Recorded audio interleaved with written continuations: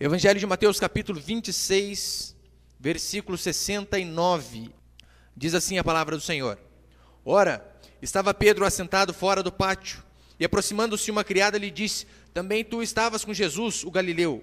Ele, porém, o negou diante de todos, dizendo: não sei o que dizes. E saindo para o alpendre, foi ele visto por outra criada, a qual disse aos que ali estavam: este também estava com Jesus, o Nazareno. E ele negou outra vez com juramento: não conheço tal homem. Verso 73. Logo depois, aproximando-se os que ali estavam, disseram a Pedro: verdadeiramente és também um deles, porque o teu modo de falar o denuncia. Então começou ele a praguejar e a jurar: não conheço esse homem. E imediatamente o galo cantou. Então Pedro se lembrou da palavra que Jesus lhe dissera: antes que o galo cante, tu me negarás 3 vezes. E saindo dali, chorou amargamente. Até aí tá bom, meus irmãos. A última passagem do capítulo 26. É interessante que essa passagem específica sobre a negação de Pedro é tema de muitos sermões. Nós podemos tirar daqui inúmeras pregações só a respeito desse texto. A jactância ou o orgulho de Pedro, a predição de Cristo, a tríplice negação de Pedro. Tem muita coisa que nós podemos aprender aqui com essa passagem. O interessante é que Jesus disse para Pedro que Pedro iria o negar. E não só Pedro, mas Pedro e todos os outros disseram: jamais te negaremos. Pedro ainda foi mais ousado, dizendo: olha, nem que para isso eu tenha que morrer contigo, mas te negar, Senhor, jamais. Nós aprendemos já aqui um princípio importantíssimo. Aquilo que Jesus fala se cumpre. Ainda que você não acredite, ainda que a circunstância pareça não ser favorável. Porque Pedro jamais se imaginou negando Jesus. Disse: Senhor, eu? Jamais. Eu andei pelas águas, sobre as águas, melhor dizendo. Eu estou sempre contigo, eu jamais vou te negar. Mas a palavra do Senhor se cumpriu.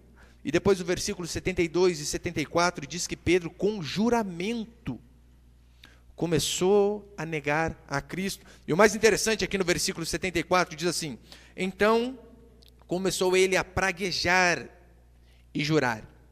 Jurar, você sabe, né? Eu juro por Deus que não conheço Deus. Foi mais ou menos o que o Pedro estava fazendo. Mas depois diz a Escritura que ele começou a praguejar. Praguejar é nada mais nada menos que proferir praga. Você imagina Pedro dessa forma? Há uns tempos atrás jurou: jamais vou te negar. Agora ele está proferindo até praga, falando mal. O sentido mais exato da palavra diz que Pedro estava amaldiçoando. Praguejar vem de amaldiçoar. Mas jamais que eu conheça esse homem aí, de jeito nenhum. Eu quero passar então alguns princípios dessa história para mim e para você. Primeiro, crente até nega, mas tem que ser inegável que ele é crente. Exatamente dessa forma. Crente que é crente de verdade, ele pode até negar, mas tem que ser inegável que ele é crente. Uma perguntinha bem simples: crente falha? Crente peca? Crente erra? Todos, sem exceção. Do membro que chegou hoje, ao ministro do louvor, as pessoas que tocam, as irmãs que ficam com as crianças na salinha, aos líderes, aos obreiros, aos pastores, todos falham. E aqui lembrando, não é a falha de um homem qualquer, é a falha de Pedro. Pedro não era um pastorzinho qualquer, como eu. Pedro foi o primeiro líder da igreja. E diz aqui a Bíblia que ele falhou não apenas uma vez, mas 3 vezes seguida, negando a Cristo. É óbvio que há certos tipos de falha que realmente não tem como tolerar para você continuar andando junto. Mas se você procurar uma igreja esperando que o líder seja infalível, que ele não erre, meu irmão, você nunca vai achar. Uma vez eu li um livro que tinha uma frase que dizia o seguinte: olha, jamais procure igreja perfeita. Ou o dia que você encontrar, não se torne membro dela, pois o dia que você entrar nessa igreja, ela vai deixar de ser perfeita. Porque assim, nós somos falhos. E se os membros falham, a liderança também está passível de falha. O membro falha, e o pastor sempre tem paciência. Quantas vezes? Está lá, trata mal a esposa, trata mal o marido, trata mal os filhos, erra aqui, erra ali. O pastor tem que ter paciência de Jó, como diz alguns. Mas você percebeu que quando é o pastor que falha, normalmente a paciência é bem limitada? Quando é o líder que falha, normalmente as pessoas, qualquer coisa, não, o pastor fez tal coisa, vou sair da igreja. É óbvio, eu não estou dizendo de coisas sérias. Igual tem caso de pastor saindo com outra mulher dentro da igreja, roubando a igreja. Isso aí você não tem que andar junto mesmo. Arrancando dinheiro do povo. Isso aí são coisas absurdas. Olha, mas se você esperar que o seu líder seja perfeito, você não vai encontrar líder algum. Não há homem, não há líder perfeito, pastor perfeito. Perfeito foi só Jesus Cristo. É por esse motivo que a igreja católica erra e erra feio. Quando eles dizem que aquela pedra onde Jesus disse que seria edificada a igreja, seria Pedro. Eles dizem, olha, não, essa pedra é Pedro. O primeiro Papa, o apóstolo. Você acha que Jesus ia dar realmente essa primazia a um homem falível? Lembrando só um pouquinho do histórico de Pedro. As pessoas vieram prender Jesus, ele arrancou a espada e enfiou no meio da cabeça do soldado Malco. Ruim de mira, acertou a orelha. Pedro está lá, andando sobre as águas, olha, foi ousado. Mas de repente ele começou a olhar os ventos, as circunstâncias, e começou a afundar. Ou seja, alguém com uma fé falível. E para completar ainda nega o seu Salvador 3 vezes. É óbvio, Deus não ia colocar a sua igreja fundamentada em cima de um homem tão falho como ele. Mas uma coisa também é certa. Pedro era crente, filho de Deus genuíno. E mesmo assim, falhou. E a mesma coisa acontece com a gente. A questão é, versículo 73. Porque o teu modo de falar te denuncia. Olha, um dos motivos que as pessoas conheceram que ele era discípulo de Cristo, filho verdadeiro de Deus, foi pela forma que ele falava. O jeito que Pedro falava o denunciava. Eu faço a mesma pergunta para nós essa noite. Você, pelo seu jeito de falar, as pessoas conseguem ver que você é um filho de Deus ou uma filha de Deus? Pelo estilo de vida que você leva, pelas palavras que você profere. As pessoas conseguem olhar para você e dizer, olha, aquele é crente, aquela irmã é verdadeiramente a crente. Pedro foi denunciado pelo modo que ele falava. Quais tipos de palavra, meu irmão e minha irmã, saem da sua boca? Palavras dignas de filhos e filhas de Deus? Ou você consegue passar despercebido entre os incrédulos? O interessante é que Pedro negou que era discípulo de Cristo. 3 vezes, eu juro por Deus que não conheço esse homem. Pedro mesmo dizendo que não era crente, aqueles homens, pela postura dele e pelo modo que ele falava, disseram, não, ele é crente sim. Ele é discípulo desse tal de Jesus Cristo sim, porque ele fala igualzinho a eles. Mas você sabia que a recíproca também é verdadeira? Se Pedro negando que era crente, as pessoas perceberam que ele era crente, muitas pessoas também vão para o caminho oposto. Elas afirmam que são crentes.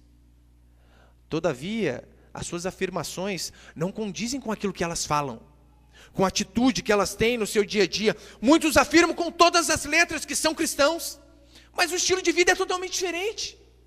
As palavras que saem de sua boca são totalmente diferentes. Eu pergunto para você, o teu modo de falar demonstra que você é cristão? Ou quando você fala que você é crente, as pessoas assustam? Pedro, pelo jeito que ele falava, as pessoas disseram, não, ele é discípulo de Cristo, com certeza.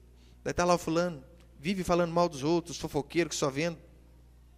Como que as pessoas vão olhar para você e vão dizer, não, aquele dali é filho de Deus, aquela dali é filho de Deus? Jamais. Pedro teve que jurar que não era crente.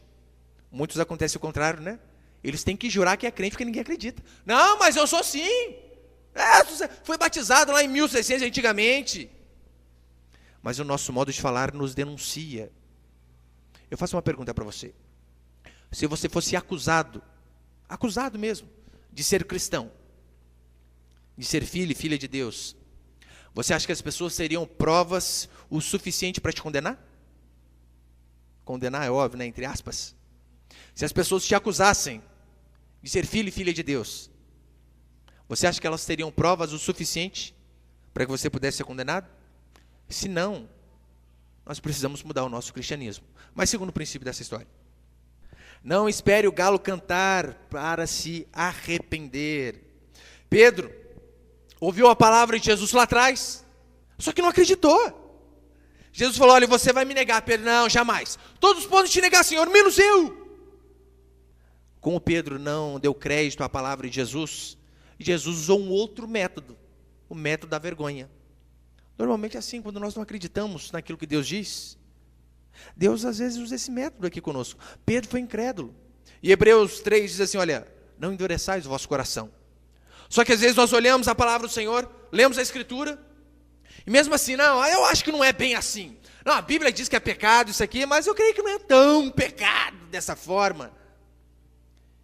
E nós não damos o crédito necessário à palavra do Senhor. Daí o que acontece? Daí Deus humilha. Como falei aqui domingo passado, está lá. O esposo vê a esposa usar a roupa toda sensual, não cuida da roupa da esposa, deixa ela com decote, roupa curta, roupa justa, de tudo que é jeito. E a Bíblia diz, olha, a sua esposa é o seu tesouro, como diz Cantares. Jardim fechado, manancial recluso. Daí não, mostra para todo mundo. Daí depois vai embora. E se tivesse dado crédito para a palavra do Senhor? Quantos pais, às vezes eu vejo, que não dão crédito para a palavra do Senhor a respeito de como se corrige, de como se disciplina os filhos. E por conta de não darem crédito, acabam passando vergonha. Eu sei que o caso de, e a Bíblia diz, né, de forma literal, é aquele que retém a vara, aborrece seu filho. Olha, Provérbios é bem duro, hein? Aquele que retém a vara, odeia o seu filho, também pode ser trocado por esse termo. Então vai ter horas que nós sim vamos ter que repreender, vamos ter que ser firmes, mas vão ter algumas coisas que os nossos filhos fazem que só apenas a vara consegue dar jeito. Daí hoje em dia, se você fala que você dá uma varada no seu filho lá, o conselho telar bate na porta da sua casa. Nós já se viu? Porque eles dizem, não podemos fazer isso com nossos filhos. Não podemos repreender. Não podemos nem dizer não para as crianças. Já viu o psicólogo diz assim, não fale muitos nãos, porque o seu filho pode crescer traumatizado. É mesmo, dos 10 mandamentos, 8 é não, a gente não é traumatizado. Daí a gente está sempre falando, olha, isso aqui que seu filho faz, irmão, isso aqui, irmã, isso aqui é coisa de criança. Isso aqui você tem que tolerar. Agora, filho, afrontar pai e mãe. Filho, fazer birra. Filho, erguer a mão para você. É vara no lombo do menino. É só isso que dá um jeito. E as pessoas pensam, não, mas eu acho que não é bem assim. Vamos conversar. Daí vai um dia na festa, vai um dia em algum lugar, vai na casa dos parentes. Daí tá lá o menininho xinga, fala palavrão, faz passar maior carão na frente dos outros. Uma vez eu estava numa loja aqui no centro, eles perceberam que normalmente perto do caixa eles colocam aquele monte de coisa, né? É doce, bala, não sei o que, tudo para criança ficar louca. Daí tá lá, o pai com o menininho no colo, menininho acho que uns 3 anos, mais ou menos, e o menino vai fazendo uma birra, mas quase caindo do colo do pai dele, eu quero. E o pai, não, filho, não. Eu quero. E chorava, batia a perna. Daí pegou, foi lá e enfiou o pirulito do menino. Não, vai, pega então, pelo menos você ficar quieto. Eu estava na fila ali, eu só imaginei, Senhor, eu queria 2 varas nesse momento. Uma para dar no pai primeiro. E a outra nessa criança birrenta. Só que às vezes não segue os princípios da palavra do Senhor. É óbvio, né? Tem uma escala. Primeiro você conversa, primeiro você explica, você dá amor, você dá carinho. Mas tem certas coisas que você tem que dar uma varada. E às vezes não dá crédito para a palavra do Senhor. Depois é envergonhado. Depois não sabe porque com 15 anos o filho está chamando o pai para a briga. Depois não sabe porque com 15 anos a filha xinga a mãe de tudo que é nome. Será que é porque não foi firme lá atrás? Não deu crédito para a palavra do Senhor? Deus usa essas coisas, se a gente não acredita, Ele humilha. Ou quando somos orgulhosos demais, arrogantes, como diz Provérbios 16, 18, a soberba precede a ruína, e a altivez do espírito a queda. Não devemos esperar o galo cantar para nos arrepender. Mas se estamos errados, já se humilha, já pede perdão, já reconhece seu erro. Porque se a gente não reconhece o erro, pode ter certeza, Deus dá um jeitinho de dar uma humilhada, e quando humilha, dói demais. Essa semana Deus fez isso comigo já. Os irmãos falam, pastor, não faz isso aqui. Pastor, não se mete lá. Não, irmãos, o que é isso? Daí estava eu lá pedindo perdão para todo mundo. Irmãos, errei, me perdoa. Devia ter ouvido vocês, se não ouvir. Ora, se a gente não reconhece que a gente está errado, e não se arrepende, e espera o galo cantar primeiro para depois se arrepender, Deus vai arrumar um jeito de fazer a gente se arrepender. Às vezes é através da humilhação. Em Marcos capítulo 14, que também fala a respeito desse texto, diz assim, olha, caindo em si. Pedro caiu em si. Ele não estava fora de si, mas de repente deu aquele estalo nele, o que eu estou fazendo? E então ele teve os seus olhos abertos e ele viu que estava na cara de todo mundo. Na vida cristã também é assim, muitas vezes vamos passar por vergonha, se não nos arrependermos. Deuteronômio 8:2, recordar-te-ás de todo o tempo pelo qual o Senhor teu Deus te guiou no deserto esses 40 anos. Para quê? Para te humilhar, para te provar, para saber o que estava no teu coração, se guardarias ou não os meus mandamentos. Uma das formas que Deus tem de nos moldar é através da humilhação. Porque Ele sabe, a Bíblia diz que nós somos pessoas de dura serviço, serviço vem de cervical, né? Difícil de se dobrar. Mas se a gente não se dobra, Deus dá um jeitinho e acaba dobrando a gente de qualquer jeito. Martinho Lutero disse assim, há 3 regras para entender as Escrituras: orar, meditar e passar por sofrimento, ou vergonha. É sempre assim. Tem 3 jeitos de você acreditar na palavra do Senhor, de você entender a palavra do Senhor: orando, meditando, ou passando por sofrimento e vergonha. Essa experiência que aí em si, infelizmente, vai acontecer muitas vezes na nossa jornada espiritual. E às vezes acontece até dia a dia, não é? Às vezes tem um monte de gente vendo e a gente não vê. E a gente paga o preço. Teve uma vez eu estava andando de moto, eu estava vendo os carros tudo devagarzinho na minha frente, vendo esses carros tudo devagar. Eu já joguei para a direita para ultrapassar. Já não pode, né? Já joguei para a direita, porque era a faixa de ciclista, estava vazia. E tudo certinho, né? Direita e faixa ciclista. Na hora que eu terminei de passar na ponte, a polícia bem na minha frente. Tive que frear para não bater nela. Por que aquelas outras pessoas não fizeram essa besteira que eu fiz? Porque elas estavam vendo aquilo que eu não tinha visto ainda. E às vezes acontece também na nossa vida espiritual dessa forma. Mas terceiro e último princípio para encerrar. Onde há arrependimento, não há acusação. Pedro de fato errou, e errou feio. Olha o que Pedro diz: não conheço tal homem. Pedro está falando de Jesus, do seu Salvador. E olha a expressão que ele usa: eu não conheço tal homem. Jesus ali para ele, por um momento, deixou de ser Deus, e passou a ser um homem qualquer. Pedro, em alguns momentos antes, ele tinha tido uma revelação. Lembra quando Jesus vem e pergunta, quem diz as pessoas serem o filho do homem? Então ele começa a dizer, olha, um diz Elias, outro fulano, ciclano. Aí Pedro então levanta e diz, e Jesus pergunta, e vós, quem dizeis que eu sou? Pedro então se levanta e diz, tu és o Cristo, filho do Deus vivo. E então Jesus diz para ele, bem-aventurado és Simão Barjonas, porque não foi carne nem sangue quem te revelaram, mas sim meu Pai do céu que deu essa revelação para você. Deus então deu essa revelação para Pedro, olha, Jesus, ele é o Cristo, filho do Deus vivo. Alguns momentos mais tarde, Jesus olha para Pedro e diz, arreda Satanás, porque és para mim pedra de tropeço. Como? No momento Pedro tem uma revelação de que ele é Deus.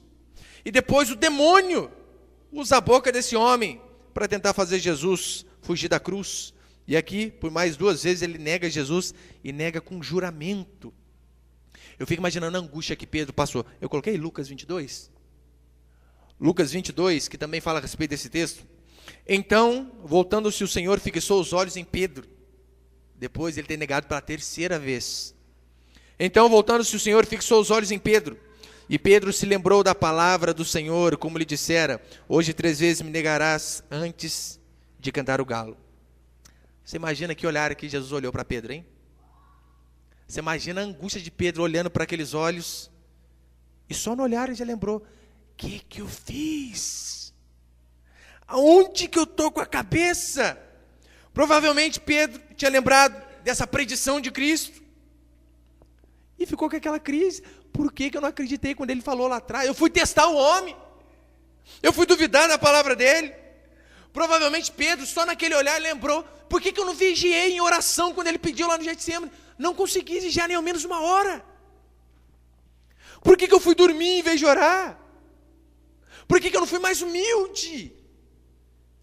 Em saber que Ele é Deus e que o que Ele fala se cumpre. Pedro provavelmente lembrou um pouquinho do passado dele, desde quando ele conheceu a Cristo. Cristo curando a sua sogra, Cristo o aconselhando diversas vezes, o alimentando, ensinando a ele. Provavelmente deve ter passado na cabeça dele aquela passagem onde ele estava afundando no mar. E quando ele estava perdendo as esperanças, Cristo vem e o segura pela mão e o põe a salvo no barco de novo. Aí ele cai em si, diz a Bíblia que ele desata a chorar. O que você faria, meu irmão, se você fosse Jesus? Se você estivesse na posição de Cristo, não na posição de Pedro. Sabendo que alguém que você fez tudo por ele, que convenhamos, ser traído por quem não dá a mínima para a gente, não dói tanto.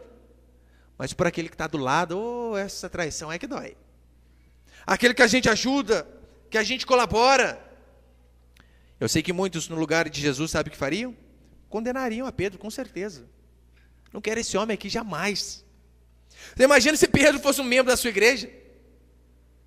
No mínimo você ia colocar aí de banco, né? 1 mês sem pregar, rapaz. Não já se viu fazer isso aí com o mestre? Não já se viu negar o seu pastor? Mas quantas igrejas estenderiam a destra da comunhão para Pedro depois dessa negação? Talvez nem nós, diante de um erro tão grotesco desse. O interessante é que Jesus não foi por esse caminho. Jesus não usou essa forma. Eu não estou dizendo que o pecado não tem consequência, é óbvio que tem. Mas talvez você pense assim, pastor, mas isso é coisa de crente, Pedro fazer um papelão desse. Eu tenho certeza que por conta dessa passagem, desse acontecimento da vida de Pedro, é um dos sinais genuínos de que ele de fato era convertido e filho de Deus. Porque diz a Bíblia que após ele negar a Cristo, ele saiu e desatou a chorar. Porque quem é crente, ainda que erre, e vai errar, mas quando erra se arrepende, chora, fica mal consigo mesmo. Só filhos de Deus choram quando pecam. Você já viu ímpio chorando porque peca? Você vê ímpio se vangloriando. Você já viu um ímpio que adultera e fica triste? Ele fica, na verdade, é triste porque ele conseguiu pegar só 2 e queria pegar 5. Você já viu um ímpio ficar acusado por conta de bebida? Não fica. Ainda sai contando para todo mundo. Bebi todas, vomitei, rolei no vômito. Como se fosse grande coisa, né? Eles se vangloriam dos seus erros. Pedro não era muito diferente de nós. Assim como Pedro negou a Cristo, nós diversas vezes fazemos a mesma coisa. Talvez não com essas palavras. Eu juro por Deus que não conheço Deus. Talvez não com essas palavras. Mas quantos de nós negamos a Cristo? Às vezes por conta de um jogo de futebol. Ah, hoje não dá para ir, tem jogo. Ah, não, briguei com a mulher. Ah, dor de cabeça, tô com isso, tô com aquilo. Ah, hoje não dá. Estamos negando a Cristo da mesma forma. Muitas vezes o traímos da mesma forma, por coisa muito menor. Nessa passagem, para encerrar, nós temos um retrato do coração do homem. Como diz Jeremias 17, corrupto e enganoso é o coração do homem. Nós vemos essa antítese. Pedro, primeiro, ele diz, olha, tu és o Cristo. Depois de algum tempo ele diz, eu juro que não conheço esse homem. Esse é o ser humano. O interessante é que Cristo sofreu e muito, mas muito com a traição, é óbvio. Traição de quem está do lado, de amigos, deve ser muito difícil. Todavia, nós vemos a atitude que Cristo teve em relação a Pedro. Nós vemos que a graça perdoadora de Deus e o seu amor incondicional foram manifestos na vida desse apóstolo, na vida desse pecador, pescador e pecador também. Nós vemos que mesmo diante de um erro tão grotesco, que talvez nós não perdoaríamos, mesmo diante de um erro desse, Cristo de forma incondicional ainda perdoa a ele. E se Cristo perdoou a Pedro, meu irmão, que negou 3 vezes na cara, que não conhecia, que começou a praguejar, a blasfemar, a amaldiçoar o nome do seu Salvador. Se teve perdão para Pedro, você acha que não tem perdão para você? Para mim? Você acha que não tem perdão para os nossos erros? É óbvio que tem. Só que nós precisamos entender a diferença entre arrependimento e remorso. que são coisas embora pareçam, são totalmente diferentes. Judas, diz a Bíblia, teve remorso. Por que teve remorso? Sim, lembra, ele chegou, ele devolveu as 30 moedas. Ah, não quero mais isso aqui. Pastor, aquilo não era arrependimento? Não. Porque ele não mudou de vida depois daquela situação. Mas ele foi se matar. A consequência foi a morte. Pelo contrário, Pedro errou e errou feio também. Mas houve arrependimento. E qual que é a consequência quando há um arrependimento genuíno? Perdão e restauração. Quando há um arrependimento de fato nas nossas vidas, não importa aquilo que nós tenhamos feito. Não há pecado sujo demais que o sangue de Cristo não tem o poder de lavar. Não há vida perversa e regressa demais que quando há um arrependimento, que Jesus não perdoe. Olha o que diz 2 Coríntios 7,10. Porque a tristeza, segundo Deus, produz arrependimento para a salvação, que a ninguém traz pesar. Mas a tristeza do mundo produz morte. É dessa forma que funciona. A tristeza, segundo o mundo, que é a tristeza que até ímpio tem. Às vezes o cara fica angustiado, o cara faz uma coisa errada, o cara rouba o outro, mata o outro e fica angustiado. Mas não é arrependimento, é remorso. Agora a Bíblia diz que a tristeza, segundo Deus, produz arrependimento para a salvação, que a ninguém traz pesar. Quando eu e você, de fato, erramos, a primeira coisa é o Espírito Santo que testifica com o nosso espírito do nosso erro. E não é acusação, mas é lembrança, nos mostrando que nós estamos errados. E então nós nos arrependemos, e aquilo é resolvido. Todo aquele que chega diante de Cristo com o coração arrependido, diz a palavra do Senhor, é recebido por Ele. Não importa aquilo que você fez, meu irmão e minha irmã. A questão é se houve arrependimento. Se houve arrependimento, não quero nem saber o que você fez também. Pastor, você não sabe o que eu fiz. Já viu? Não sei, não quero saber. Não pode falar, tem rádio, quem sabe, né? Não sei, só não sei, não quero saber. Mas se de fato houver um arrependimento genuíno, não há pecado que Jesus não perdoe. Isaías 57:15 diz assim: porque assim diz o alto, o sublime, que habita a eternidade, o qual tem o nome de santo. Habito no alto e santo lugar, mas habito também com o contrito e abatido de espírito, para vivificar o espírito dos abatidos e vivificar o coração dos contritos. Olha que interessante. Habito sim no alto e sublime trono, o Senhor. Mas esse mesmo Deus que mora lá no alto e sublime trono, nos céus dos céus, no infinito, diz a Bíblia que esse mesmo Deus também habita com contrito de coração, com aquele que se arrepende. Que 1 João 9 diz que se confessarmos os nossos pecados, Ele é fiel e justo para nos perdoar os pecados e nos purificar de toda injustiça. Mas é necessário que haja arrependimento. Se houve jeito para Pedro, após ter negado Jesus, voltou para a sua vidinha antiga, foi ser pescador de novo. Não é isso que acontece com muitos dentro da igreja? Às vezes estão até firmes, mas de repente dá uma escorregada, dá uma empinada na carroça. E o que ele faz? Eu não sirvo para estar aqui. Vou voltar para a minha vida antiga. Pedro voltou a ser pescador, daí ele volta lá para o mundinho de beber, fumar, de sair para lá e para cá, fica um, fica o outro. Pedro voltou para a vida antiga, mas Jesus foi lá e disse: não, Pedro, tem jeito para ti. E a mesma coisa é para mim e para você. Não importa a vida que tenhamos levado até hoje. Se teve jeito para Pedro, que negou 3 vezes o seu Salvador, diante de todos, com blasfêmias. Se houver um arrependimento genuíno na minha e na sua vida também, não há coração que o Senhor não receba de volta. Amém, meus irmãos?